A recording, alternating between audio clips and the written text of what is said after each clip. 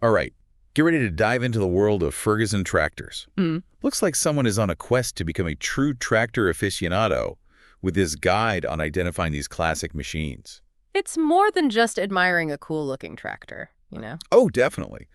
But where do we even begin with all this? Well, this guide starts with something called the serial number. The serial number. Yeah, or SN plate for short. It's like the tractor's birth certificate, usually found on the instrument console. Instrument console. Now, just for anyone who might be new to tractors, what are we talking about here? A good point. It's like the dashboard, where Yeah. the gauges and controls are.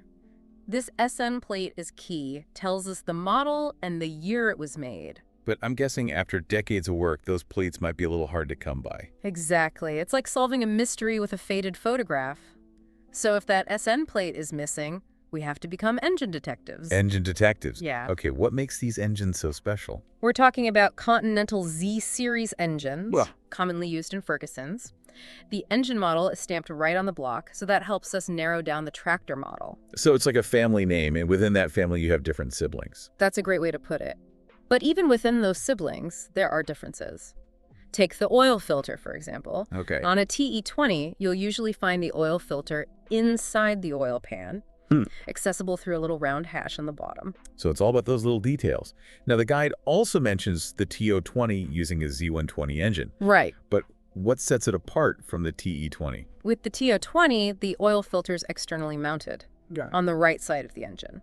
Plus, the TO20 was built in Detroit and has Delco electrical components, whereas the British-made TE20 uses Lucas Electrics. Hold on, so different electrical systems. Absolutely. That must have made finding parts interesting back then. Oh, yeah.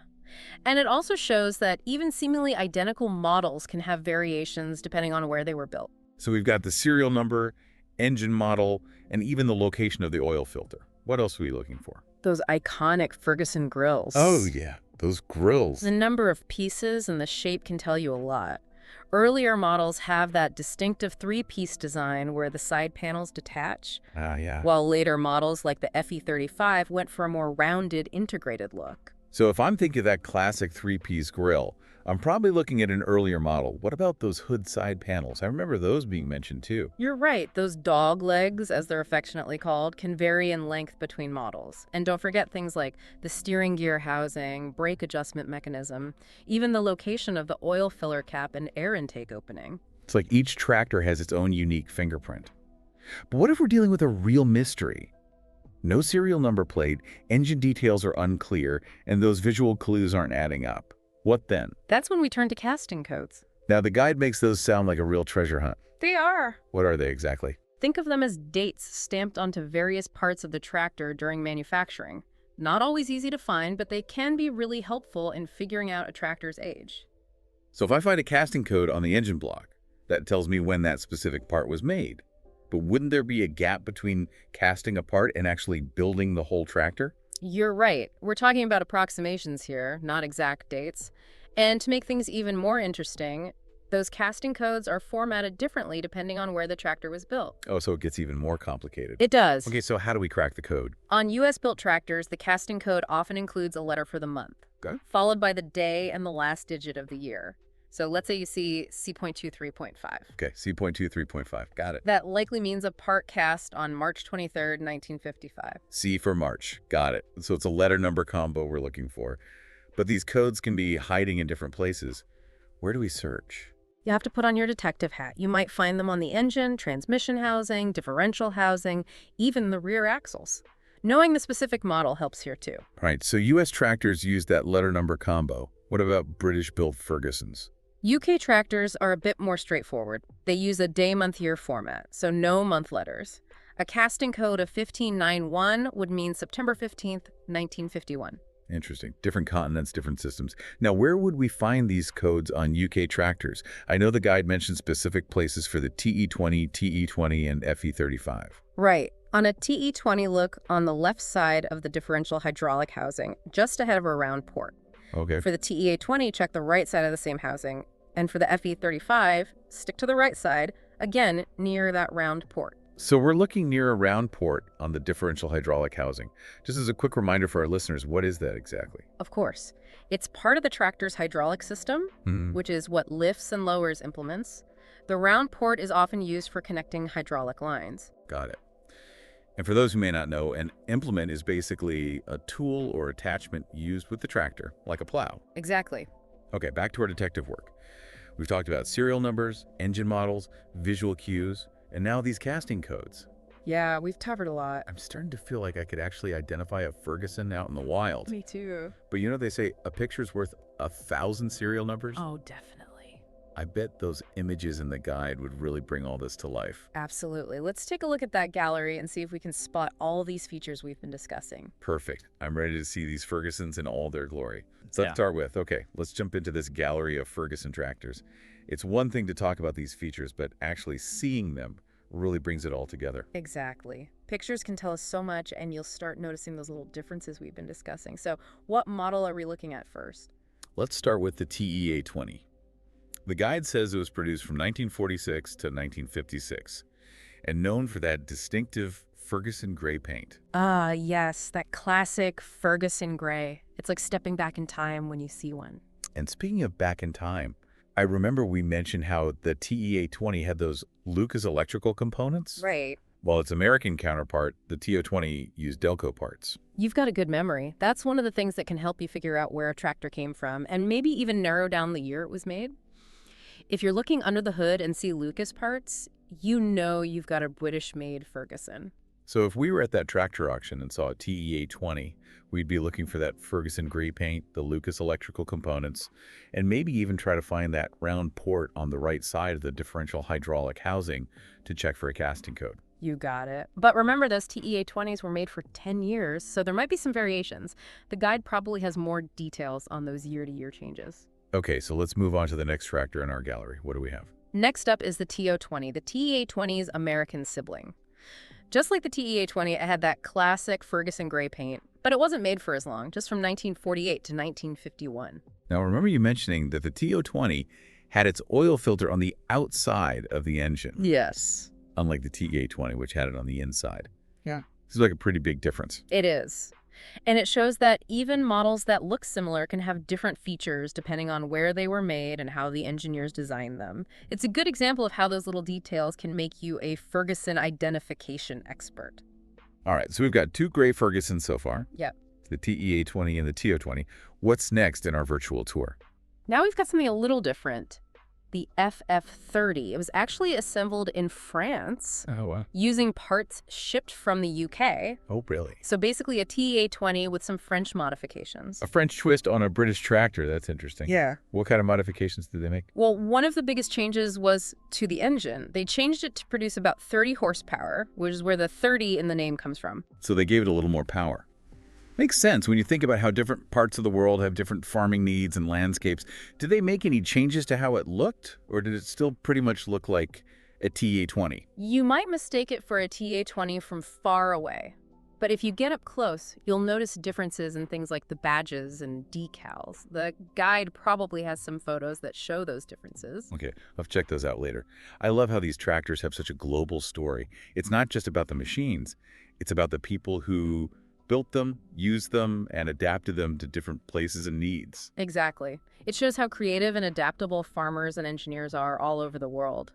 But let's get back to our detective work. We've got more tractors to see. You're right. What's next? Up next is the TO-30, a model that was a big step up in power and strength compared to the TO-20. The TO-30. Now, that name sounds familiar. I think that might have been the model my grandpa used to have. He always talked about how much he loved that tractor. It's possible. The TO-30 was a really popular model, produced from 1951 to 1954.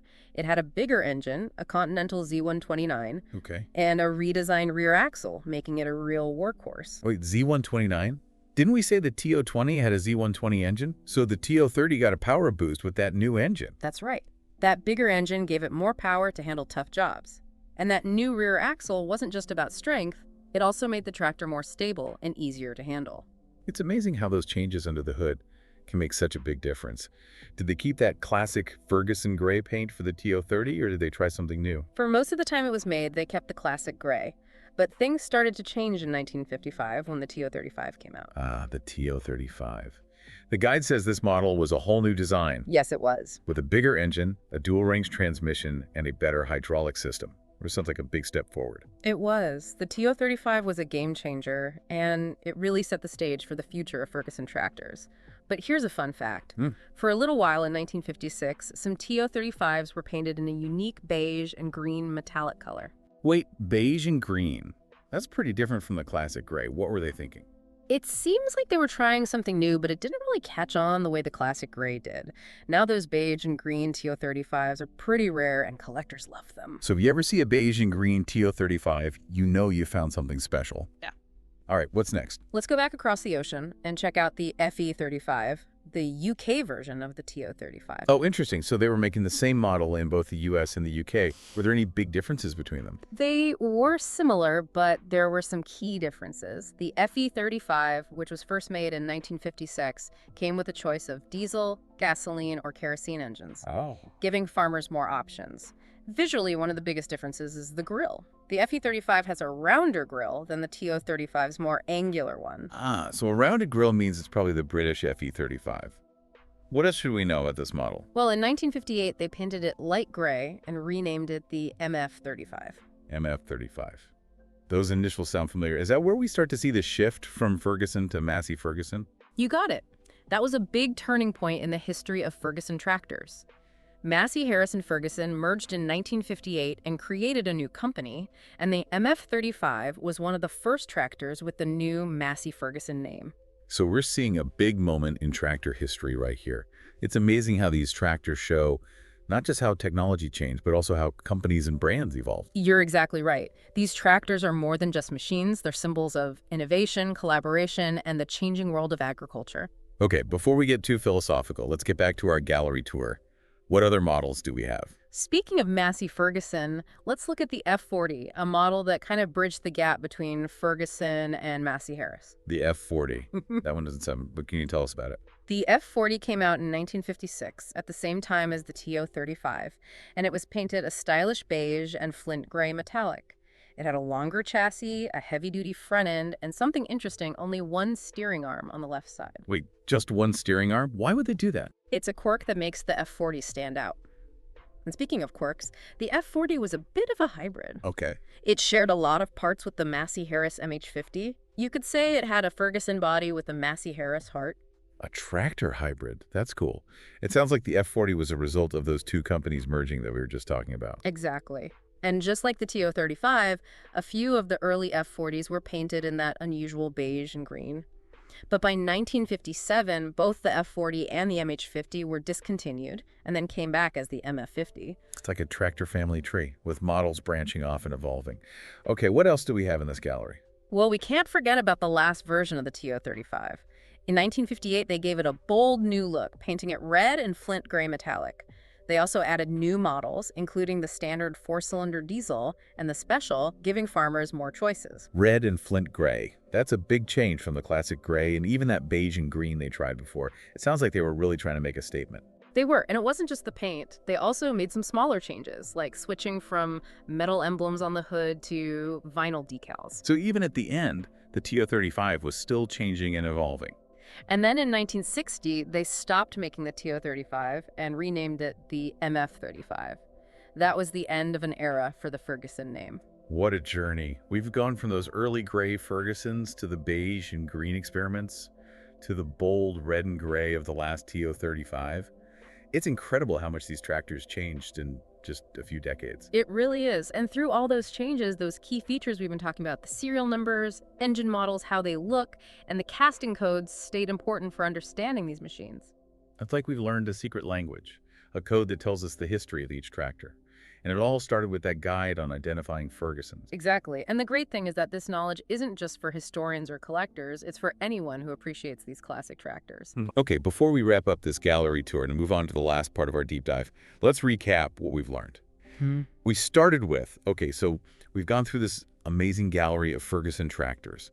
It's incredible how much we can learn just by looking at them and understanding their history. Yeah, it's like we've learned to speak tractor, And now you can really appreciate those vintage tractors even more, whether you're at a show, an auction, or just looking online. Speaking of auctions, remember that challenge we talked about? Imagine you're at an auction and you see a Ferguson. What are the first things you'd look at to figure out what model it is and how old it is? Ah, yes, the ultimate Ferguson test. Time Yeah. to put all that knowledge to work. Let's say you're at the auction, people are milling around, and there it is, a Ferguson. What do you do first? Okay, first things first, I'm going straight for that serial number plate, like I'm on a treasure hunt. Uh-huh. If it's there and I can read it, I'm golden. The model would be right there, and with a little help from the FINA website, I could probably figure out the year it was made. That's a great start. But as we've learned, those plates aren't always there. What if it's missing or too damaged to read? These tractors have been through a lot, you know? Okay, so no serial number plate, time for plan B. I'm going under the hood looking for that engine model number, especially those Continental Z-Series engines we talked about. Each one tells you something about the tractor. You're thinking like a pro. But let's make it even harder. What if the engine has been swapped out or you can't read the number? What then? Okay, now it's getting tricky. No serial number, no clear engine details. I guess it's time to use my eyes and that visual checklist we made. Grille design, hood side panels, steering gear housing, brakes, where the oil filler cap is, the air intake, every little thing matters. You're getting it. It's like putting together a puzzle.